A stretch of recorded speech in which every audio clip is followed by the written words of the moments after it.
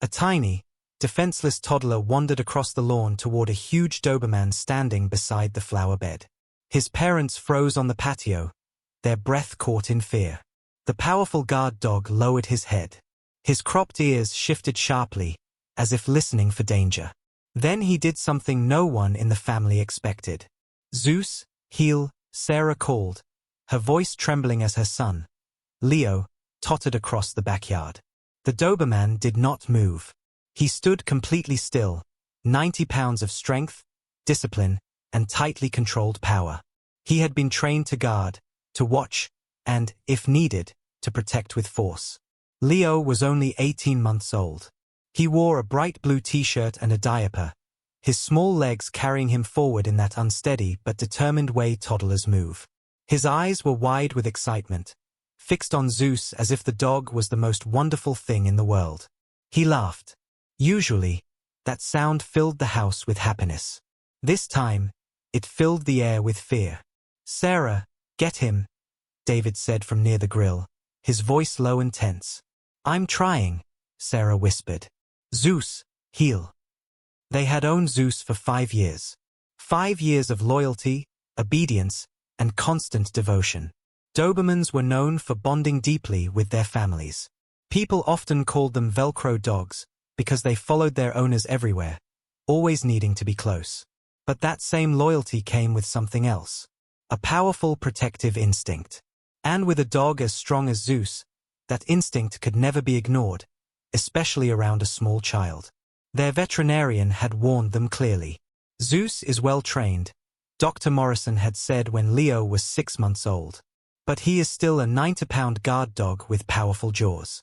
As Leo starts moving around more, you'll need to be extremely careful. Even one warning snap could cause serious harm." Sarah had felt her stomach twist when she heard that. David never spoke much about his fear, but Sarah noticed everything. She saw how he watched Zeus whenever Leo was nearby. She noticed how he quietly placed himself between the baby and the dog during playtime. She saw the tension in his shoulders whenever Leo crawled too close to Zeus's food bowl. Then, 3 months earlier, something happened that made their fear much worse. Leo had hit his head against the coffee table and screamed, a sharp, painful cry that cut through the room. Zeus reacted instantly. The Doberman had been on the other side of the room, but within seconds, he was beside Leo. He stood over the crying child, his body stiff, his chest rumbling with a low growl. But he was not growling at Leo. He was growling at Sarah. When she rushed forward to pick up her son, Zeus stepped in front of her and blocked the way. For one brief second, Zeus stayed completely rigid. His eyes were fixed on Sarah's hands, his body tight with warning. "Zeus, move," she commanded, but her voice shook. He obeyed. But not quickly. Not willingly. He stepped aside slowly, as if every part of him wanted to stay exactly where he was. Sarah grabbed Leo and pulled him into her arms, her heart pounding so hard she could barely breathe. That night, they had the conversation Sarah had been trying to avoid. "Maybe we should find him another home," David said quietly. His voice was heavy, like the words hurt to say. "Just until Leo is older. Until he can understand danger, or protect himself if something ever goes wrong." Sarah broke down at the thought. Zeus had been with them since he was a puppy. He had slept at their feet, guarded their home, and loved them in his own silent, loyal way. He was not just a dog. He was family. But Leo was their son. "Let's give it a little more time," Sarah finally said. "We'll watch them closely. If anything happens again, anything at all, then we'll make the decision." David agreed. But the fear never truly went away. And today, something felt wrong from the very beginning. Zeus had been restless since sunrise. He paced from room to room, then kept returning to the back door. He stared out into the yard for long minutes, whining under his breath. "What's wrong with him?" Sarah asked during breakfast. But Zeus did not touch his food. That alone was unusual. Sarah knelt beside him and checked him carefully. He did not seem sick. No fever. No limp. His nose was cool and wet. "Maybe he's just having a strange day," she murmured, gently rubbing behind his ears. Still, The uneasy feeling stayed with her. All morning, it sat in the back of her mind like a quiet warning. Now, as she watched Leo moving toward the dog, that warning turned into pure fear. Because Zeus was not simply standing there. He was frozen. For one split second, he looked at Sarah when she called his name. Then he turned his head away on purpose. He had chosen not to obey. "He's ignoring you," David said, stepping forward as panic entered his voice. "He's locked onto something," Sarah whispered. Leo squealed happily and stretched out his little hands, moving faster on his unsteady legs. He was heading straight toward the tall ornamental grass near Zeus. "Leo, stop!" Sarah screamed, rushing off the patio. "Come to mommy." But Leo did not listen. His bright eyes stayed fixed on Zeus. "Doggy," he babbled. "Doggy." Then Zeus's ears snapped sharply to the right. He was no longer watching the child. He was listening. Listening to something Sarah could not hear. A faint, dry rustle came from the dead leaves near the grass. Zeus lowered his head. The muscles along his neck tightened like steel cables. He did not wag his tail. He did not pant. He simply stared with a focused intensity that made Sarah's blood turn cold. Leo was only 4 feet away. "David, do something." Sarah gasped. But David could not move either. Sarah knew Zeus was trained to protect. She had seen him react when strangers came to the door. She had watched him place his body between her and anything he saw as a threat during evening walks. But this was different. The way his ears twitched. The way his body stayed perfectly still. The way he stared without blinking. He looked less like a family dog and more like a predator waiting for the exact second to strike. "If I run, I might trigger him," Sarah whispered. She had read about it before, during the nights when fear kept her awake. Guard dogs, especially powerful breeds like Dobermans, could have a strong chase instinct. Sudden movement could awaken something fast, something dangerous, something impossible to stop once it began. "If Leo runs," she breathed, "Zeus might chase." David's face went pale. "He's waiting for him to get closer," he whispered in horror. 3 feet. Zeus shifted his weight, pressing power into his back legs. His short tail did not move at all. Every muscle in his body looked ready to burst forward. His shoulders trembled beneath his smooth black coat, as if he was holding back a force stronger than command, stronger than training. Sarah could not tell what he was fighting. Was he resisting his instincts, or preparing to follow them? Her mind filled with every terrible headline she had ever seen. Family dog attacks child. Toddler mauled by Doberman. Owner says the dog had never been aggressive before. "No," Sarah whispered. "No, no, no." Leo stretched out one small hand. He tripped slightly over a tree root but managed to catch himself. He was still smiling. So innocent. So trusting. So unaware of the danger standing in front of him. To Sarah, the whole world seemed to slow down. She saw the grass bending under Leo's tiny feet. She saw the sunlight sliding across Zeus's sleek coat. She saw the faint tremor in the dog's powerful shoulders. "Zeus, down!" Sarah screamed. It was her strongest command. The one he always obeyed. But Zeus did not even blink. His focus was locked on something near the ground, directly in front of Leo's feet.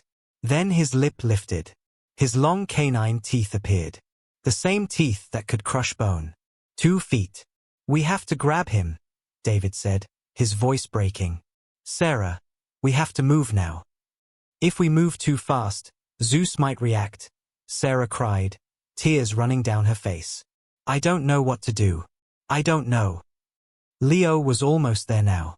The toddler looked impossibly small beside the lean, muscular dog. Sarah's vision narrowed until all she could see was her son, Zeus, and the tiny space between them. This was it. The moment she had feared for months had finally arrived. "David!" Sarah screamed. "I'm going!"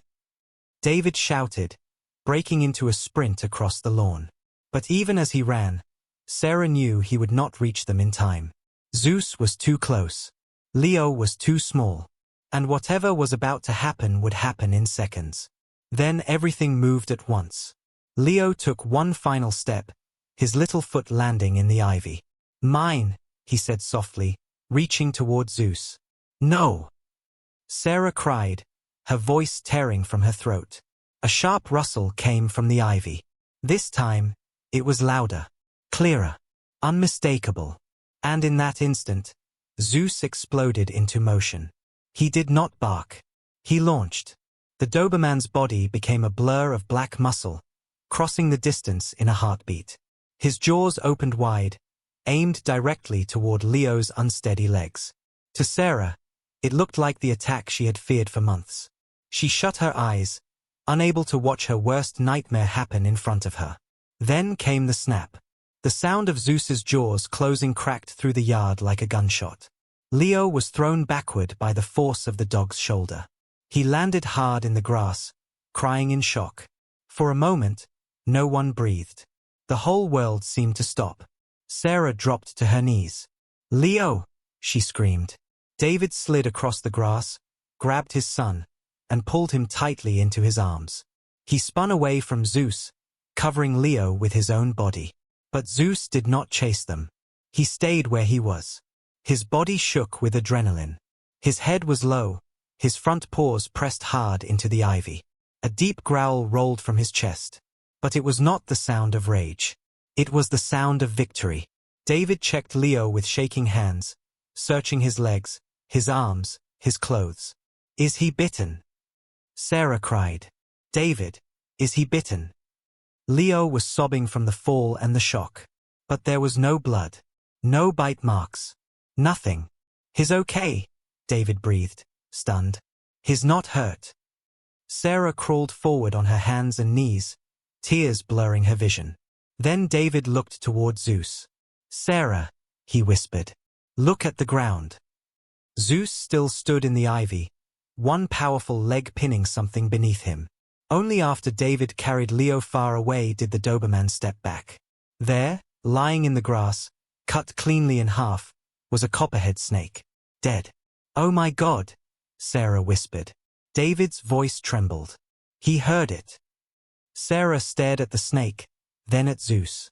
"He ignored us because he heard the snake." Zeus had not been aiming for Leo. He had been stopping the strike. Sarah looked at her son, then at the dog, then back at the lifeless snake. "He saved him," she breathed. Zeus lifted his head. The wild, intense look in his eyes faded. His breathing slowed. The danger was gone, and the guardian returned. Then he trotted toward Leo, his short tail wagging as fast as it could. Leo was still crying, but when he saw Zeus, he reached out with both tiny arms. "Hug," he sniffled. Zeus moved carefully, slowly. He lowered his head and dropped his chest to the grass, making himself as small and gentle as a 90-pound Doberman could be. Then he rested his head softly inside Leo's arms. Leo squealed through his tears and buried his face in Zeus's smooth coat. Sarah collapsed back onto the grass, overwhelmed. "He knew," David whispered. Leo patted Zeus on the head. "Good doggy." David looked at the dead snake, then back at Zeus. "I'm sorry I doubted you, boy." Sarah knelt beside them, her hand trembling as she touched Zeus's shoulder. "You're his guardian, aren't you?" From that day forward, no one in that house ever questioned who Leo's protector was. Zeus was not just a guard dog. He was 90 pounds of loyalty, instinct, and fearless devotion. A true family guardian. A dog who had chosen his little human, and who was ready to protect him with everything he had.